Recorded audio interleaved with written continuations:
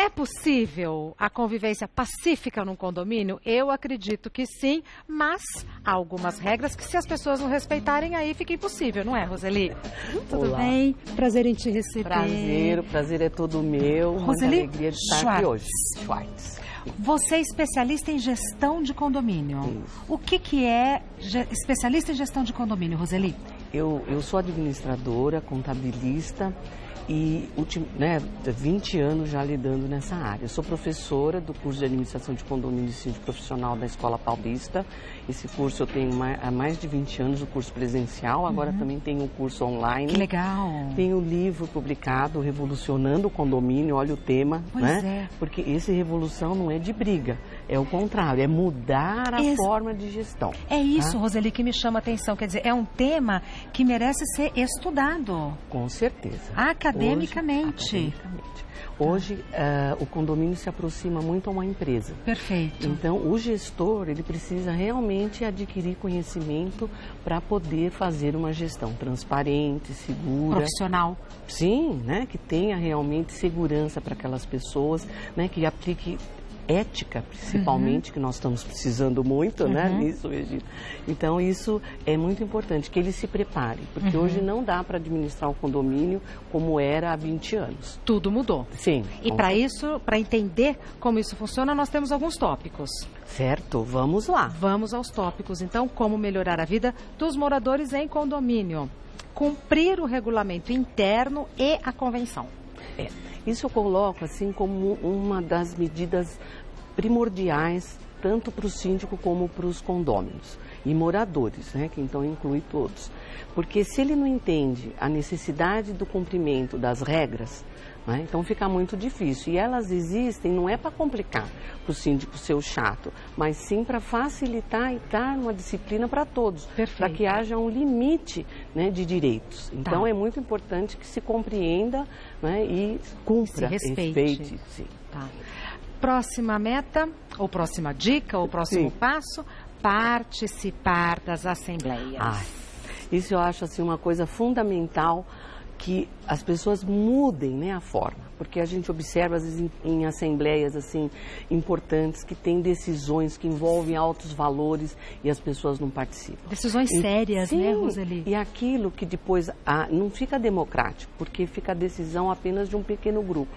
Então, para que haja essa participação, essas decisões, então, tenham um atendimento à maioria, as pessoas precisam participar, né? Agora, o que eu recomendo é que os síndicos, né, os gestores, também tenham a preocupação em organizar as assembleias, para evitar aquele caos que às vezes ocorre em muitas assembleias.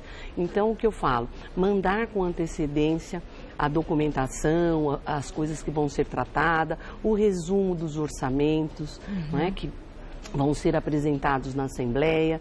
Então, isso as pessoas às vezes vão ter oportunidade de debater, deixar à disposição os orçamentos hoje na internet, porque hoje é muito fácil digitalizar e deixar todo no mundo site. ter acesso é fundamental, Isso, né, Roseli? Então, esse conhecimento já vai facilitar. E uma outra coisa que eu acho assim também muito importante, que a avaliação seja feita pelo voto secreto. Porque assim não há aquele conflito de opiniões, você entende? Porque às vezes, faz né? todo sentido. Então as pessoas vão, participam. Agora, essa questão de voto secreto é importante que seja definido numa assembleia anterior, para que não tenha polêmica já na própria Assembleia, tá certo? Então isso já consegue ter, né? E depois, outra coisa que é importante também, Regina, é gravar a Assembleia, para que facilite depois, na hora de elaborar a ata, e aquele morador, né, que às vezes é mais complicado, coloca algumas coisas, às vezes até de uma forma, né, não educada, ele já vai ficar, né, meio inibido, porque sabe que vai ser gravado. Você sabe, Roseli, que outro dia eu fui numa reunião do meu condomínio. Olha, que maravilha! Em anos de casos de família, eu nunca vi o que eu vi naquela reunião. Olha. Como assim, era...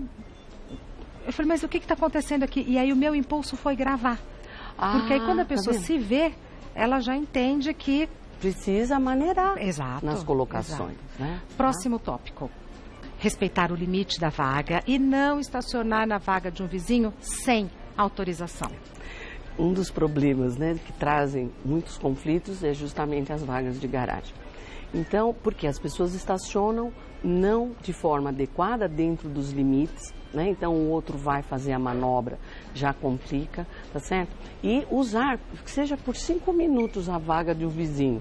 Aí ele chega, pronto, já criou confusão, já vai reclamar com o síndico, né?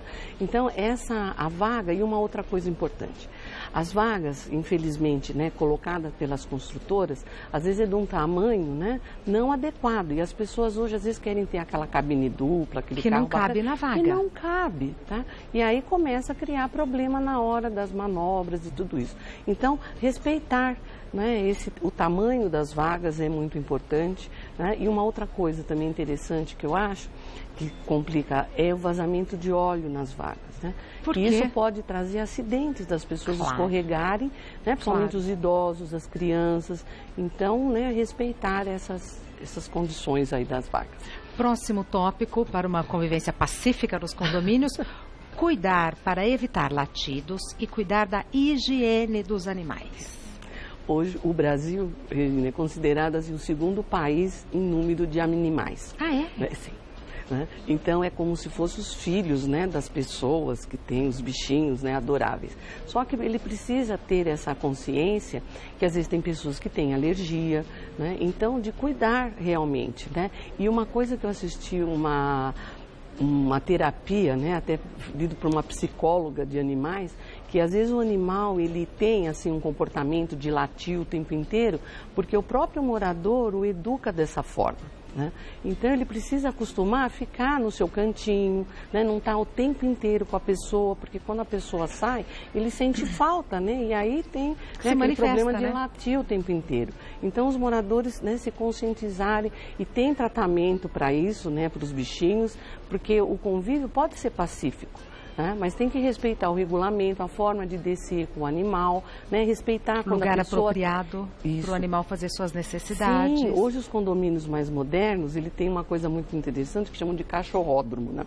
Onde o próprio morador pode levar o bichinho e tem brinquedos para o bichinho, quer dizer, é uma beleza isso, né? Eu acho que é uma coisa moderna e que realmente atrai as pessoas, né? Perfeito. E a higiene é uma coisa muito importante, porque aqui na cidade de São Paulo, a legislação, ela fala de a possibilidade de ter até 10 animais numa residência. E tem numa mesma residência? Numa mesma residência, tá? É uma coisa absurda isso. Numa residência isolada, não causa tanto problema, mas você imagina num apartamento, né? E o morador, muitas vezes, ele jura de pé junto que não tem odor nenhum. Mas os vizinhos sentem, né, esse problema. Então, ter, né, essa noção do bom senso de não ter um número excessivo de animais, nem de gatos e nem de cachorros. Isso, né, pode ser estabelecido na própria convenção. Isso, tá, no próprio regulamento interno. E estabelecendo a forma de manter o bichinho, né, de uma forma agradável para todos. Para todos. Temos perguntas do pessoal de casa e a gente vai começar a responder agora. A Sandra pergunta: o condomínio, quando for fazer obras, é obrigado a fazer uma espécie de licitação ou pode escolher a empresa mais conveniente? Então, o que eu colocaria assim, toda a obra, né, extraordinária que vai ser realizada no condomínio, o síndico precisa tomar a medida de convocar uma assembleia especialmente para tratar desse assunto, né? Então, aí vai ser apresentada as empresas que colocaram suas propostas comerciais, tá?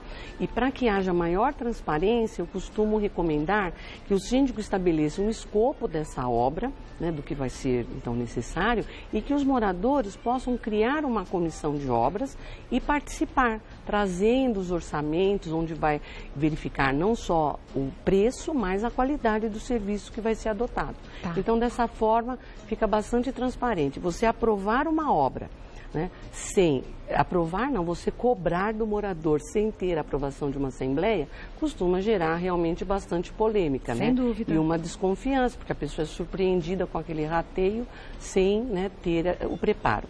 E uma coisa interessante, Regina, porque mesmo que o condomínio tenha um fundo de reserva, né, que seja suficiente para realizar essa obra, o síndico não deve utilizar o dinheiro sem ter aprovação. Tá?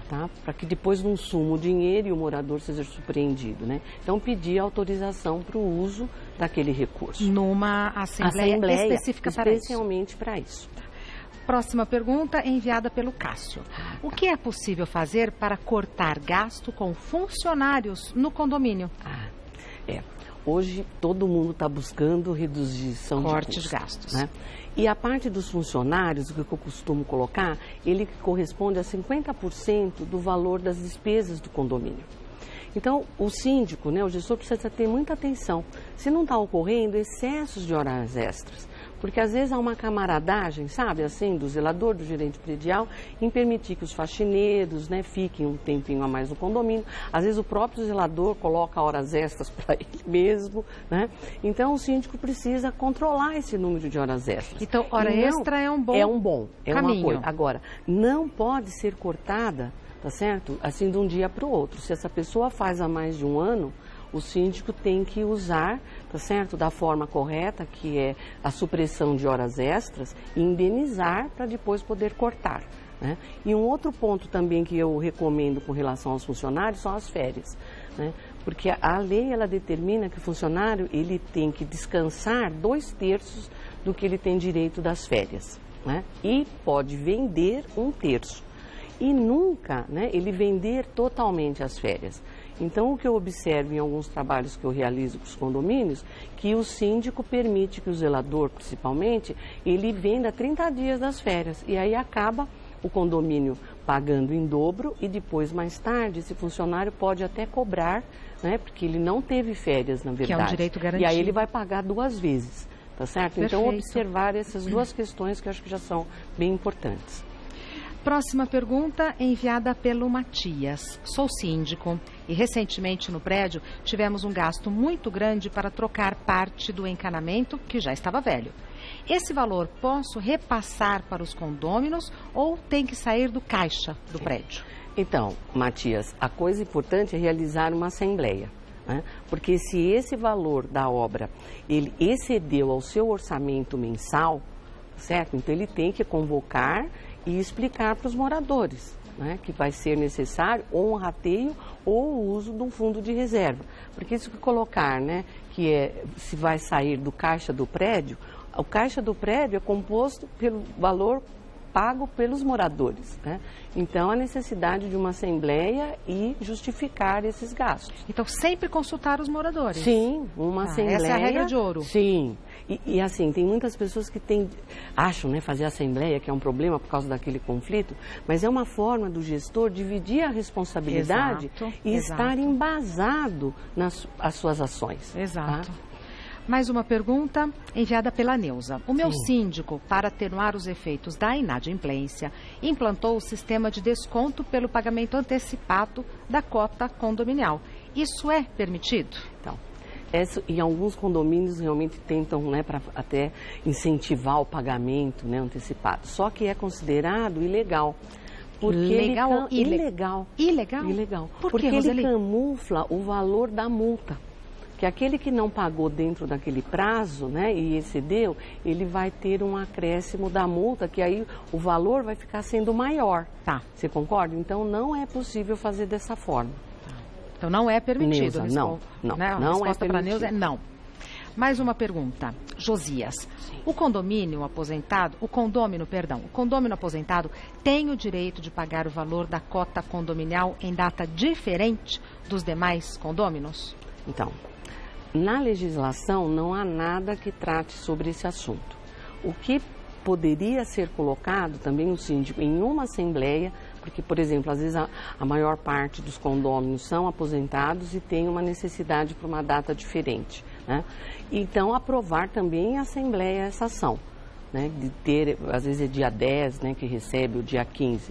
Então, teria que também ser colocado essa exceção para esses moradores, tá? Porque a lei não tem nenhuma... Não contempla esse assunto. Não contempla. Tá bom. Okay? Mais uma pergunta. Marco, notei que no boleto desse mês veio, além do condomínio, outra taxa estranha que não foi comunicada previamente. Isso é cobrança indevida, já que não foi avisado antecipadamente? Novamente, Marcos, né, ficar clara a necessidade de você fazer uma assembleia. A transparência. Sim, porque ele é surpreendido com um valor que não sabe por que teve essa questão, né? E mesmo que às vezes o síndico ele perceba que está ocorrendo um saldo negativo da conta e seja necessário, então, colocar um acréscimo, então não fique aflito com isso, convoque uma assembleia e passe para as pessoas, né? Porque ele tem que dividir a responsabilidade. Esse problema não é só dele. Então, se aquele valor rateado não está sendo suficiente, divida, chama a assembleia e explica, justifica, né, o que está ocorrendo no condomínio. E todo mundo entender, né, Roseli, me corrija se eu estiver errada, que a gestão é de todo mundo. Você tem um síndico que é ali a cabeça de chave. Sim. Mas a gestão é feita por todo mundo. Sim, e a compreender isso, que os moradores precisam participar, é fundamental, para que as decisões realmente sejam mais democráticas e atendam realmente a essa maioria. Perfeito. Roseli Schwartz é especialista em gestão predial. Eu adorei a sua profissão. Obrigada. Ela tem um site que é O Condomínio, decide todo mundo, tudo junto, ocondomínio.com.br. Tem um livro Revolucionando o Condomínio. O e-mail da Roseli é Roseli com Y. Roseli@ocondomínio.com.br. Muito obrigada. Volte mais vezes, tá bom? Eu que agradeço e me coloco à disposição aí quando você precisar tratar desses assuntos, tá? Muito obrigada, Eu que agradeço.